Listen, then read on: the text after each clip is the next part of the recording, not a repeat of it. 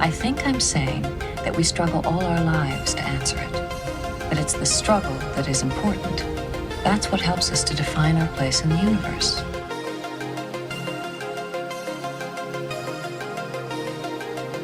This is Beverly, Dr. Beverly Crusher.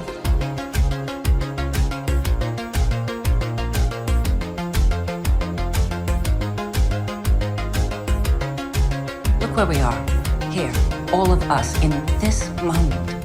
So let's do what we spent our entire lives learning to be great at.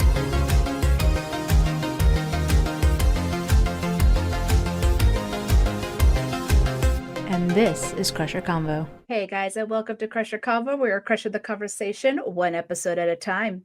Today is a special bonus episode as I sit down with Kitty Swink and Armin Shimerman to talk about this year's PurpleStride, the fight against pancreatic cancer. It is an honor to have you both joining me today. Thank you. We're very happy to be here. So excited. I've only been a fan of Star Trek for the last 3 years. And so I'm very new. I'm a baby. But I really fell in love of the message that Trek represents. And one of the things that I learned, like we were just talking behind the scenes, is how, we were talking about Trek Talks and, the Pablo Foundation. And that really represents of what the fans and the franchise is. And so I've just been really into it. I saw Next Generation, went to Deep Space Nine, Voyager, and I'm working my way through, almost done with Enterprise, almost there. But it's been a lot of fun. And so it's been a pleasure to also meet you guys and have these conversations. So, I want to go ahead. Thank you. I wanted to go ahead and jump in though. So just let the listeners know about PurpleStride and the event happening on April 26th. Kitty, take it away. She's our team captain. All right, go for it. So just an introduction to why Trek became part of the pancreatic cancer world is I'm a 21-year survivor. And during the pandemic, Pam Marquardt, who created PanCan, who was the founder of PanCan, emailed me one day and said, would you consider being an ambassador for us? I had spent some time working with Charlotte Ray, going to PanCan things. Charlotte, who maybe people know from Facts of Life.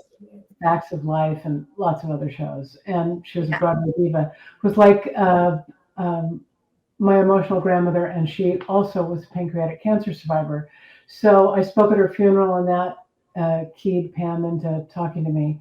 And I said, well, I would be happy to do that, but I think I have a better idea. I think Star Trek is a place to go. And I will ask my husband, Armin, who got me through pancreatic cancer, and our friend Jonathan Frakes, whose brother Daniel died before I got sick.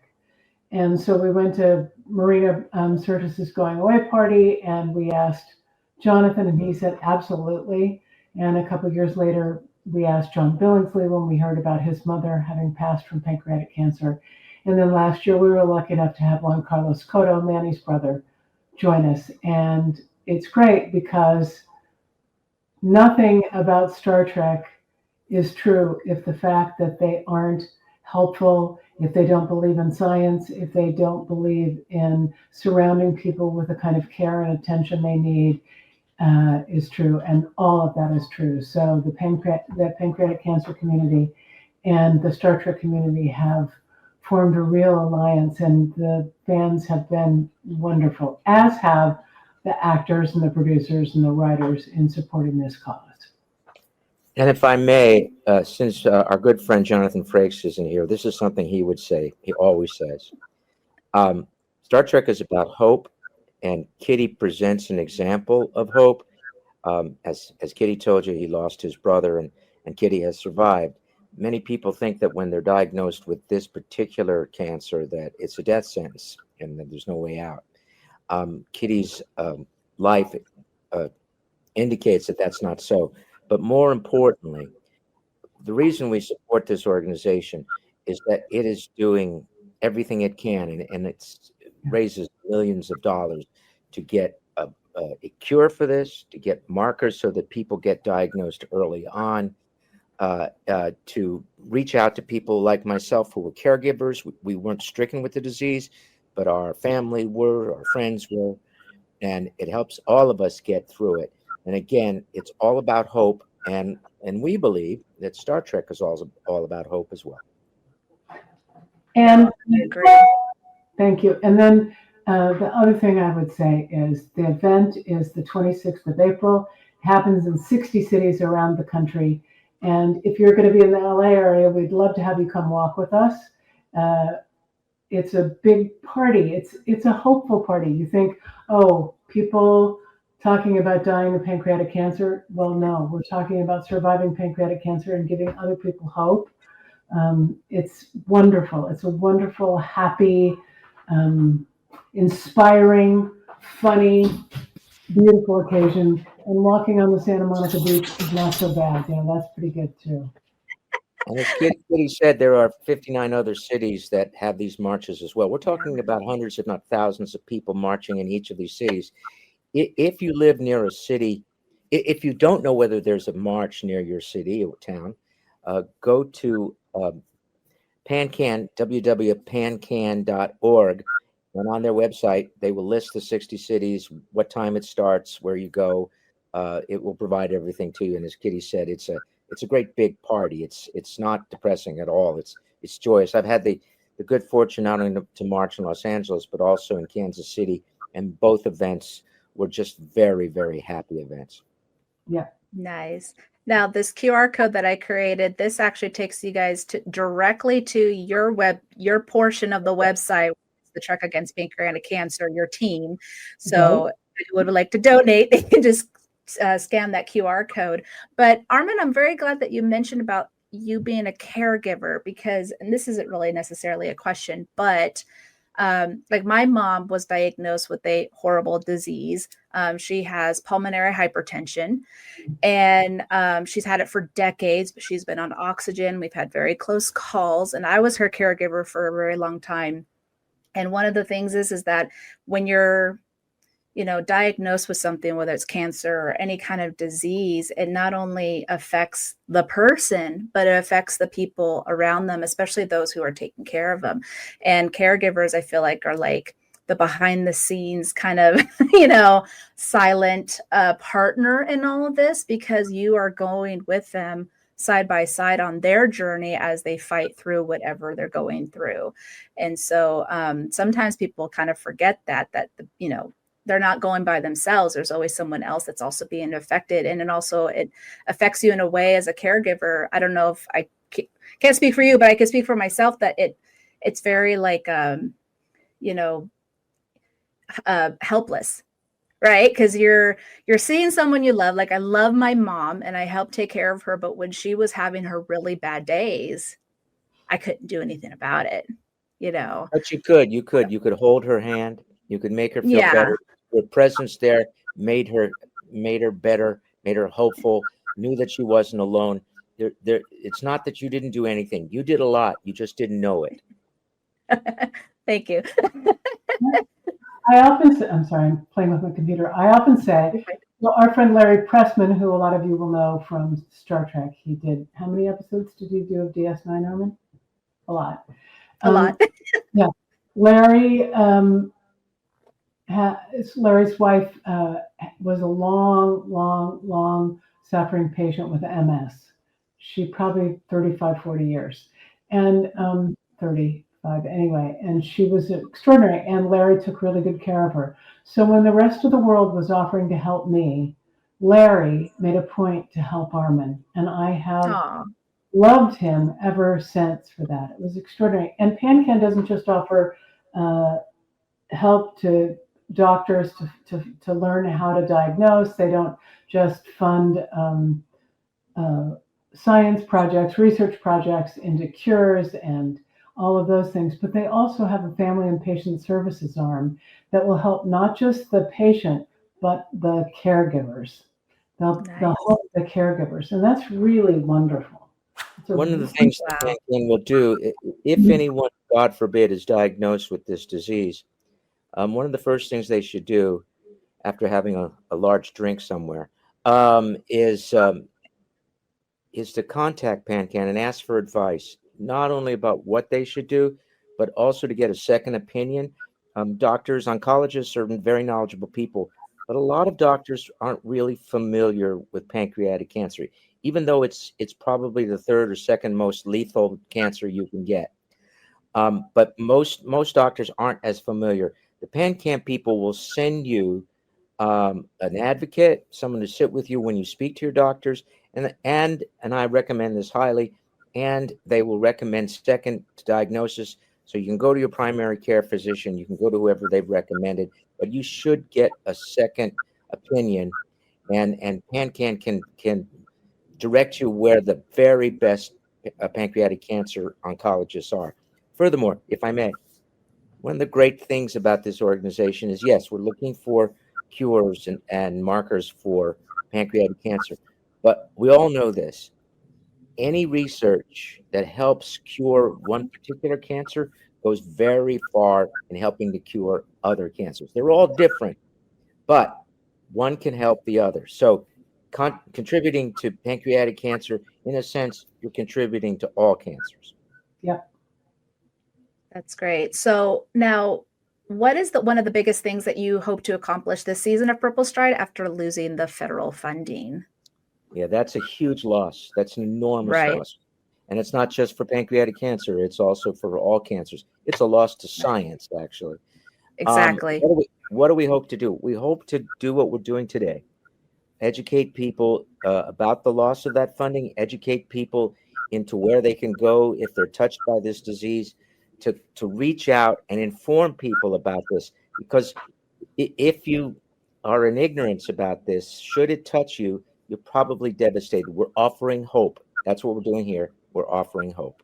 But we're also, the more money we can raise, the more money we can resupply research institutes with. I mean, we can't make up for what the federal government took away. They took away 57% of the funding in the House and Senate in their budget.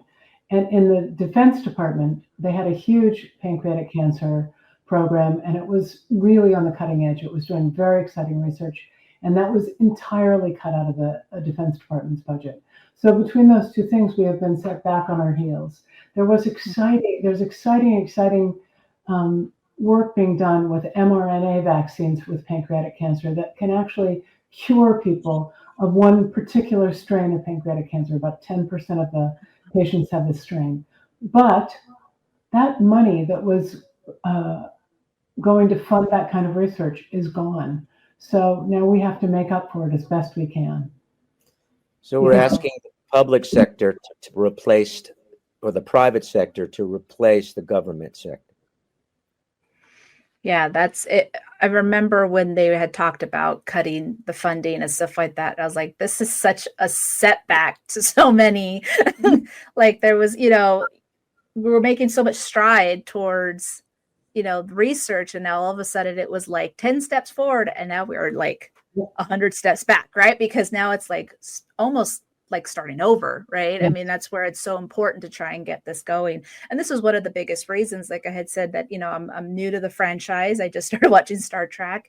And one of the things that I really enjoyed was just how much this community of Star Trek just represents that hope you guys have been talking about in a better future. And we need that better future. We need that research to get there, right? So It would be lovely if the doctors today had tricorders and they could just wave it over you and your disease would be gone. We're hoping be so easy, that's right? what we strive for. But right now, that's still very much in the future.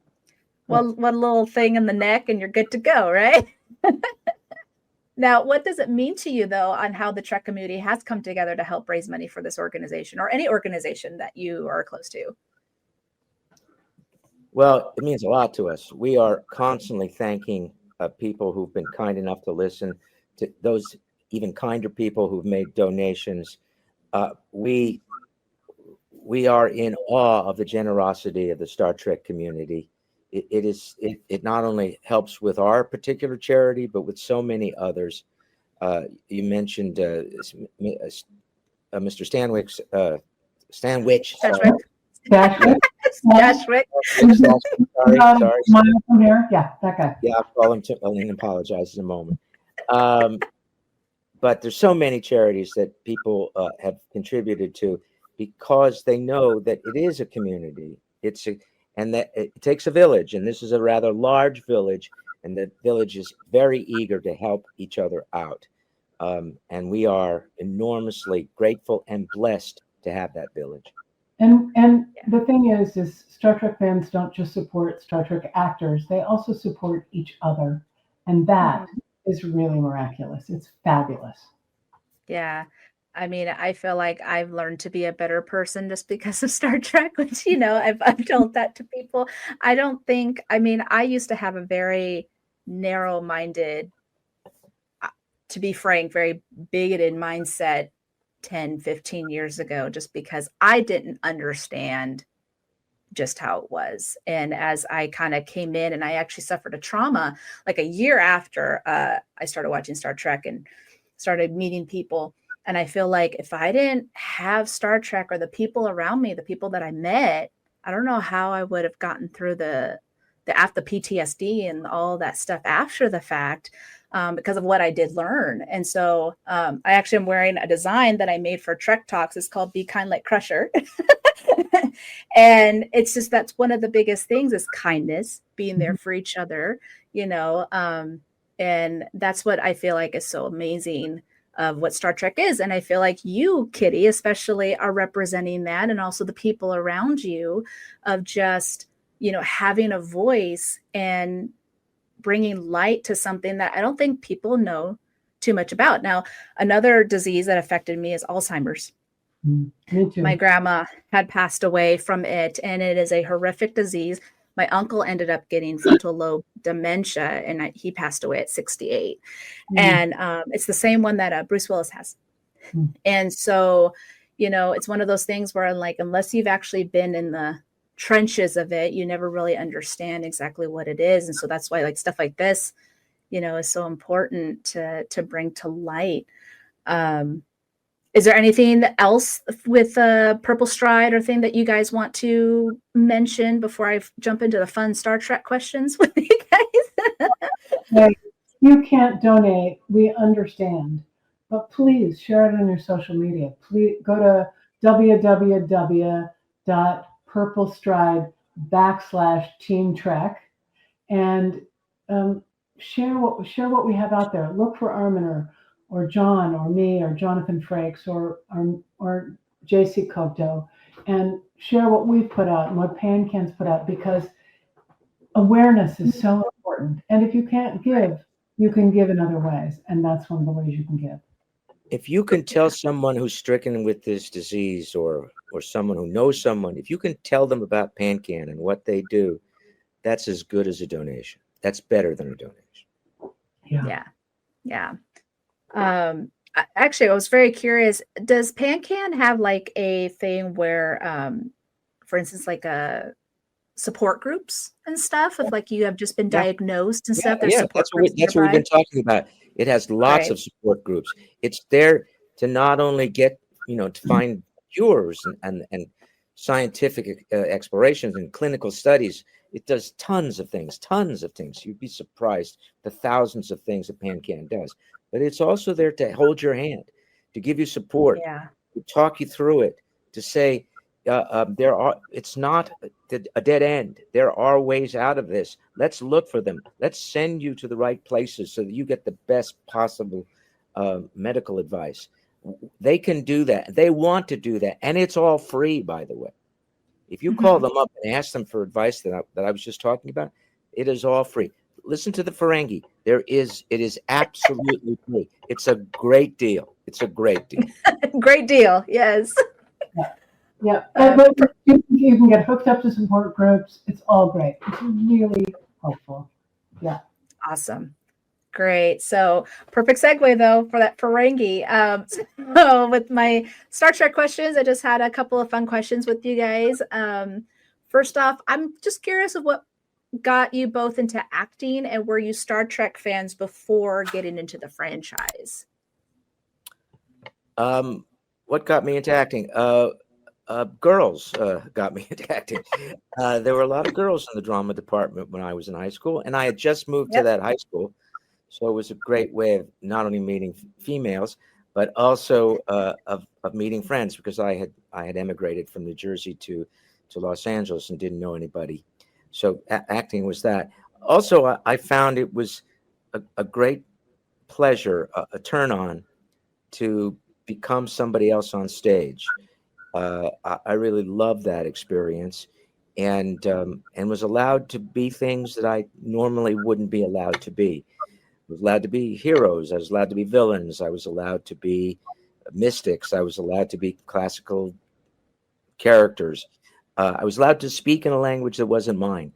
All of that was thrilling to me, and the gods have been kind, and they gave me a career in it as well. And yes, I was a Star Trek fan long before my journey on Deep Space Nine or Next Generation. And in fact, during the first 6 months of Deep Space Nine, the other actors would come to me and ask me questions because they knew I had the answers about Star Trek. I remember somebody, I can't remember who, but somebody came up to me and said, "Armin, you know this stuff. What's a Klingon?" And so I'd have to explain that to them. That was before Dory joined the show. That was before mine. Yeah.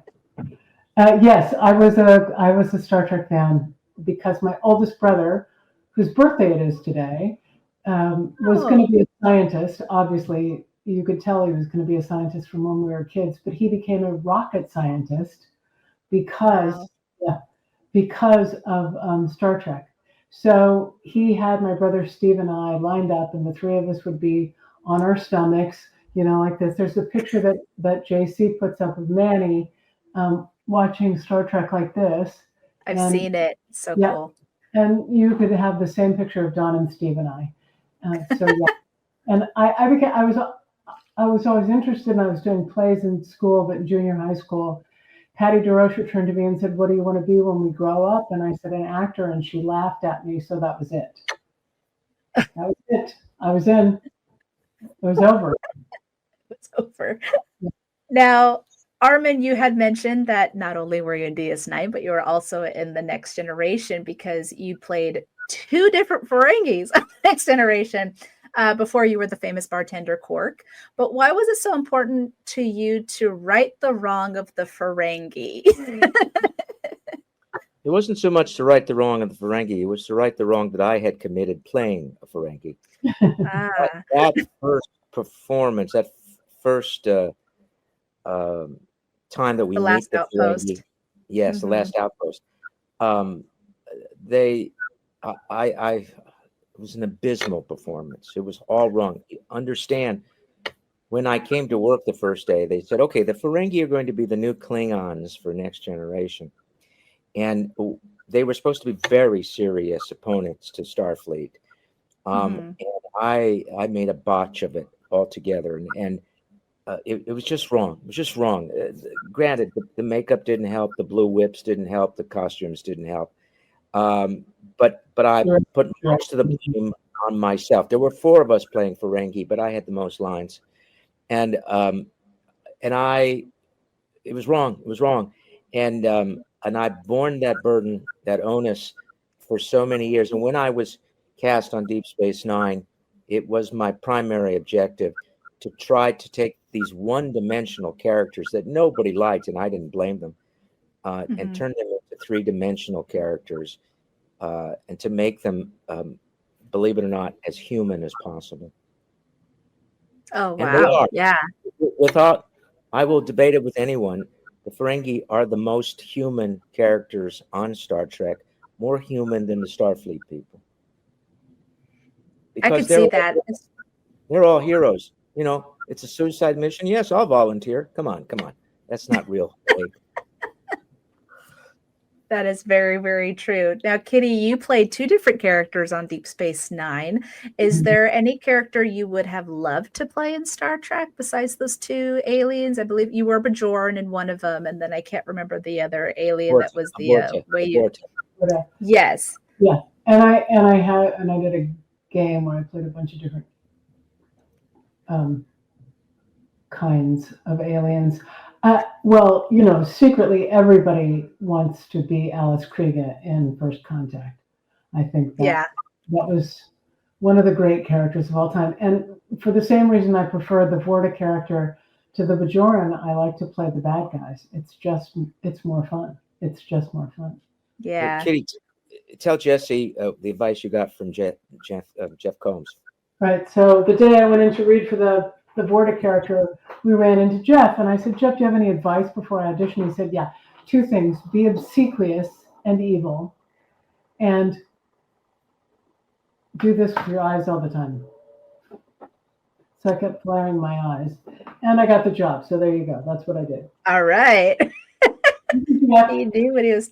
Whoever And you Kitty are. was the first how do I put this, spouse, I guess that's the best way to put it, or significant other, to break what I call the spouse barrier. No spouse or significant other to one of the leading characters on the show had ever appeared on a show before. Kitty was the first person to do that. And ironically, though she appeared twice on Deep Space Nine, she never had a scene with Quark. No. Did you wish you guys had a scene, or do you like No, they just separate it? in the never workplace? wrote about. I'm quite sure they knew who Kitty was. That we're Yeah. quite sure of. Of course they did. But I think what happened was the casting is the last part of the process. So they'd already Yeah. written the material, and they couldn't necessarily create a scene just to have the two of us together. That makes That's sense. Yeah. But they did have a scene. No, they didn't. I was about to say something that's not true, so I won't say it. But Walter's son was in that episode too. Walter Koenig's son was Walter in that. Koenig's son, yeah. Oh, interesting. Oh, okay. Not a spouse. Now, I know John Delancey had his son Yes. in an episode Keegan. of Voyager. Keegan's- Yeah. And he had to audition. so- Keegan had to audition. Wait, yes. Well, so did I. Yeah, but Keegan is playing John's son. You know, he's already Yeah. got that part from birth. Right. Yeah. And Marnie actually did an episode of Next Gen, but he wasn't a series regular. He was just a very recurring, prominent character. But his wife Marnie was in an episode of Next Gen. Oh, Marnie awesome. was- It really was a family affair in some sense, right? I always feel like We are family. I mean, John and I were texting back and forth last night about a reading we're doing of a new play by Judith Aubergenois, who was the widow of Renee. We are, Marnie and I take hikes together. Liz Berman and I all of us are family. Some of our dearest friends are. Terry Farrell stays in our guest house when she's in town. I mean, it's the whole thing. Yeah. Nice. Now, Armin, I know you returned as Quark in Lower Decks, which was fabulous, but would you both love to come back in the like a live action Star Trek show or even a movie? Of course, the answer is yes. Of course. Unfortunately for me, Patrick told me for years that he'd love to have me on Picard, but that never happened. Oh no. But of course, absolutely. And both Nana and I were flattered when we were asked to do Lower Decks, because the truth of the matter is, Deep Space Nine has always been relegated to the back of the room when it comes to Star Trek shows. And for this new show, Lower Decks, it was new at the time, to say, no, this is a place we want to visit. We want to revisit some of the characters from that show, a show that we felt had been overlooked for years. We were very flattered by that and would happily go back and do it again. And then they went on a couple of episodes later to do an episode surrounding Rom and Lita, which was terrific too. Yeah. Yes. Yeah, I love that. Actually, it was kind of funny. My husband's favorite show, he's the one that got me into Star Trek. Yeah. He loved The Next Generation. That was his favorite show, but he never watched the other Star Trek shows. And so when I started watching it, he's like, all right, I'll give these other ones a chance. Loved DS9. He binged that so quickly.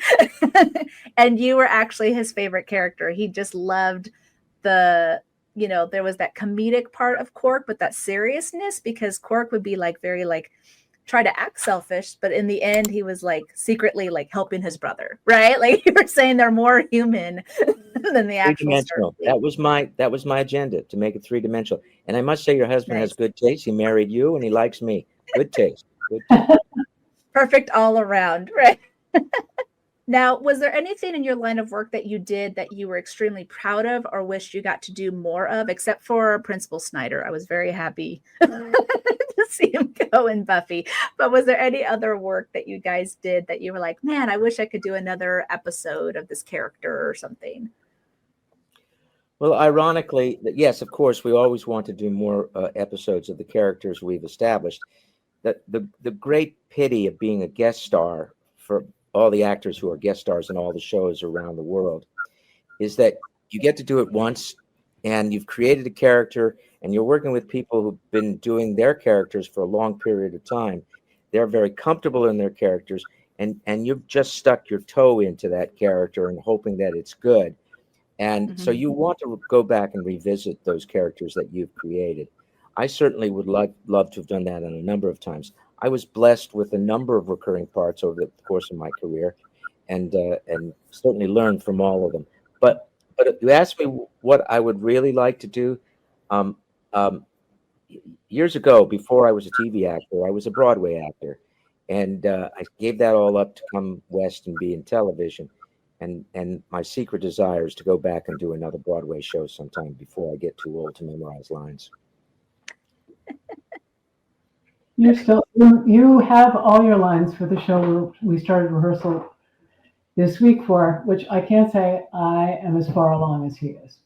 I was doing 12th Night, so once he finished directing 12th Night and I was still doing the show, while I'd go off to the theater, he was learning his lines for Outside Mullingar. So there you go. Oh, wow.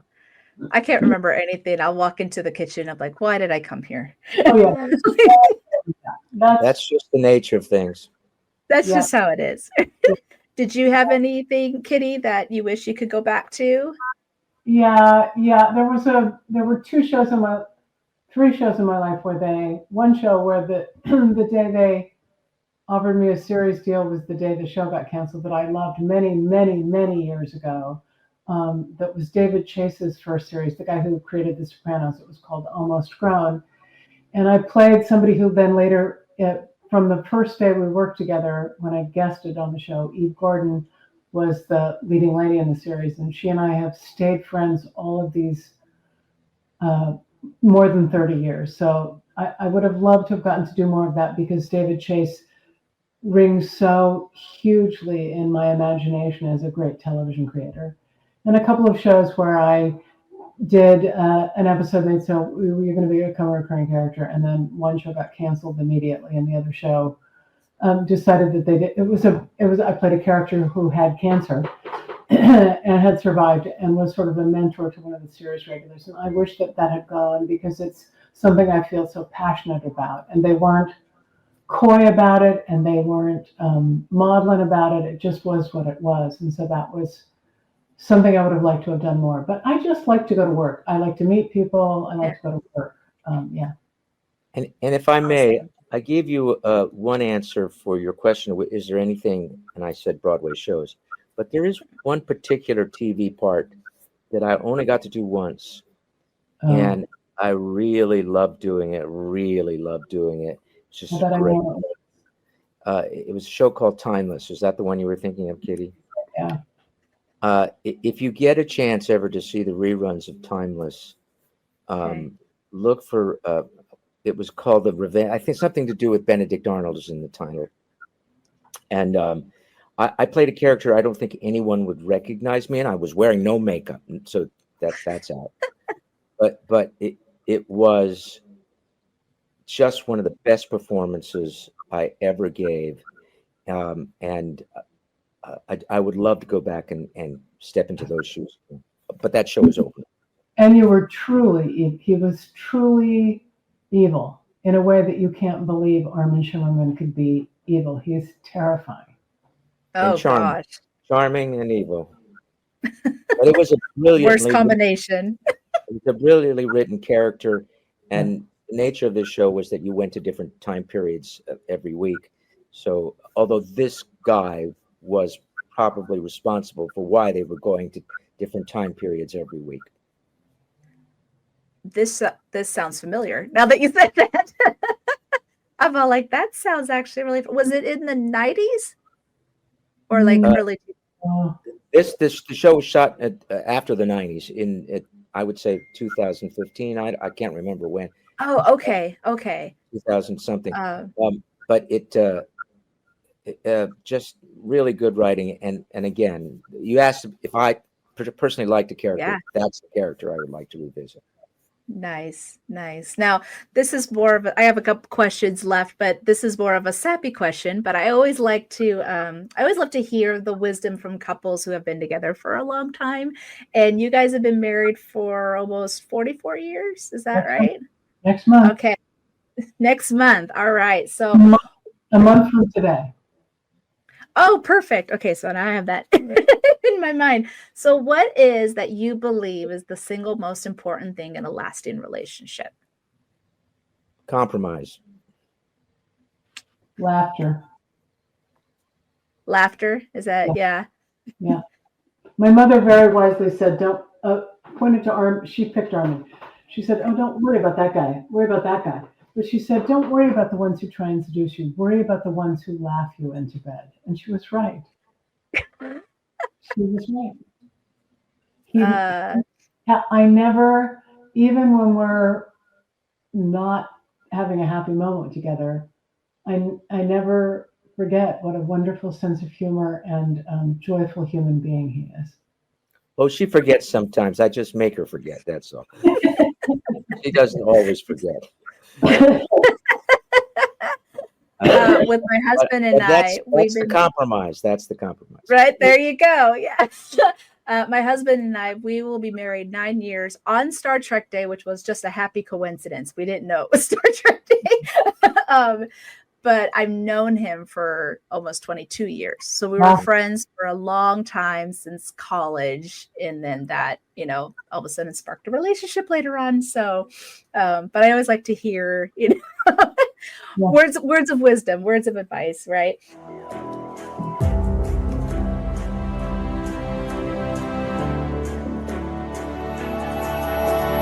Any for your thoughts?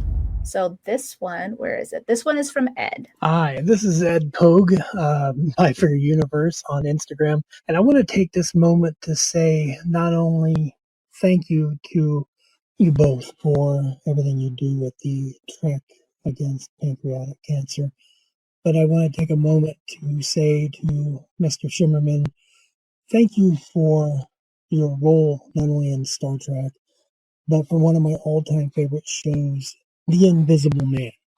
You guest starred in one episode in season 2, and I absolutely loved that performance. It was one of the highlights for me as a fan of that show. And I wanted to just take a moment to say thank you. And thank you both for all that you do. Thank you, Ed. Not really a question, but a thank you. So can you talk a little bit about you doing The Invisible Man? Sure. I think Ed said, I'm not quite sure, but I think Ed said I was only in one episode. I believe I was in 3 or 4. Yeah.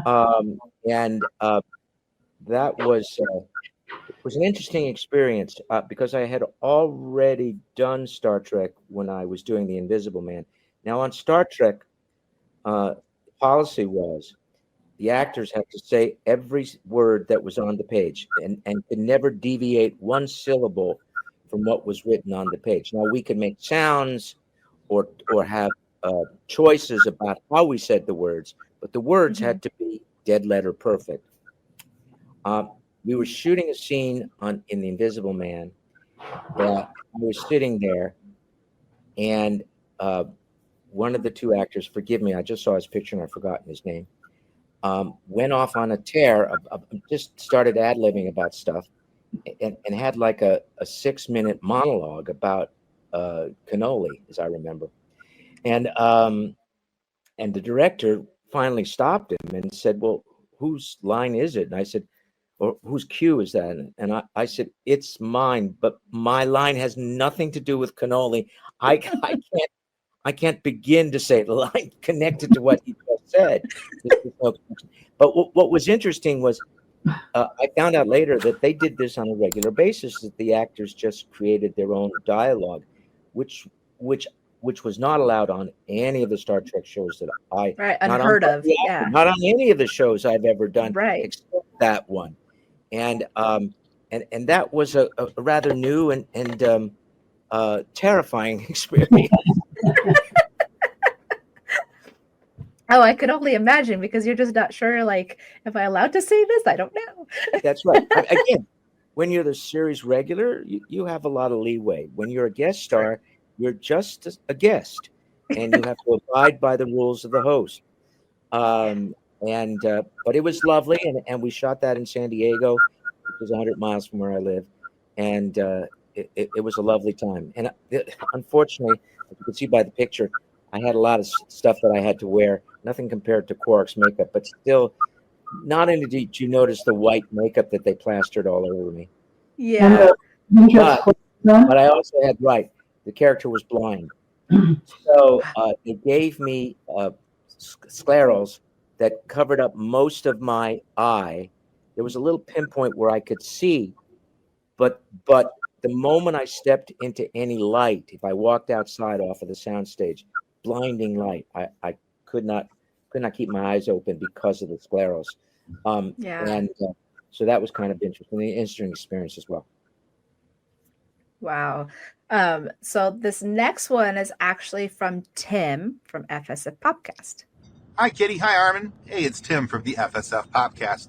So with the removal of federal funding this year for pancreatic cancer research, what are some ways that we can help signal boost the need for pancreatic cancer awareness, the need for donations, and even what those donations go for as far as programs and cancer research and helping those who are already in the middle of their fight? So just thinking about that, and thought maybe you guys would have some good clues on that. Anyway, thank you for being such amazing Trek ambassadors. Thank you for doing all the wonderful things that you guys do, and hope you guys have just an amazing PurpleStride. Oh, hey, and Armin, how long does it take you to get your Quark makeup? Okay, bye. He told me that last one was a joke, because I guess that's the It most. is a joke. I understand where he's coming from. That's the question I get asked ad infinitum. And sometimes when I go to conventions, I don't even introduce myself. I just go up to the microphone and go, 2 hours, 2 hours. 2 hours. So I knew where Tim was coming from. And I believe we've answered most of Tim's questions already. Yeah. And I have to say, Tim is one of the great ambassadors for the idea of getting out the word. He is incredible. Sure. FSF has been extraordinary in helping us, and they repost everything PanCan puts out. They boost our signal all the time, and they raise money, and they walk, and they're extraordinary. Yeah, I love them. And everybody else, Tim's a great help, a great help. Yeah. Yeah, they're really good friends of mine, and we have, like, they've been on my show, I've been on theirs. They actually just on their live a couple of days ago. He was blasting all about Pancreatic, and he was all like, scan this code, we're doing this, like, he understands the assignment. But yeah, I thought at the very end, that's why I did that picture of you holding a picture of Quark, was a good one. Takes 2 hours. I should have just put that at the very end. If I may just add something that just to educate people a little. People, of course, know me from Star Trek and from Buffy and from a couple other shows. It's interesting to note, and it's true of all the actors I know, many people aren't aware of how much other work people do. In other words, I have done over 80 different programs. So Buffy and Star Trek are just 1, 2. That's all. There's still another 78, including this one, The Invisible Man. We, like many guest stars, we appear and we learn our craft, and we work hard at it, and hopefully we get to move from one step to another. And people always think that, oh, I know him from Star Trek, I know him from Buffy, but they don't realize I have a career.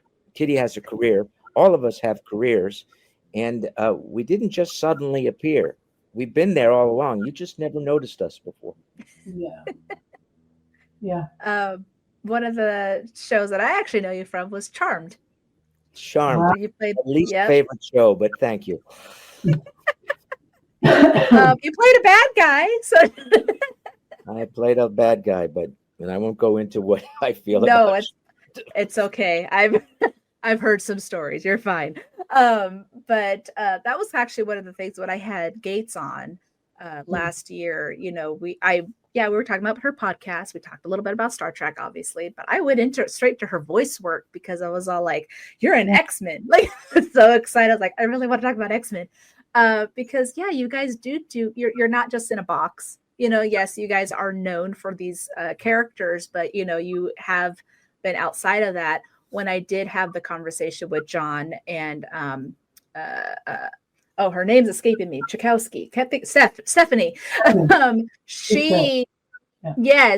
They both were on Bones, and I'm a huge Bones fan. And so I talked about their work on Bones, of those they had great stories and stuff, because I'm all like, you guys have done a lot of work. You guys have played different characters. And one of the things that I like to do is, you know, crush the conversation, right? You know, talk about different things and have those intimate conversations of just about like who you are outside of the Star Trek universe. Also, in Gates' case, like me, she was an artistic director of the theater for a long time. So that's a 65, 70-hour a week job. Yeah. Yes, she gave time and money and energy for many years to being an artistic director after Star Trek was over. And it wasn't over for her, but it was over for her, for TNG anyway. Right. Incredible work that she did over there.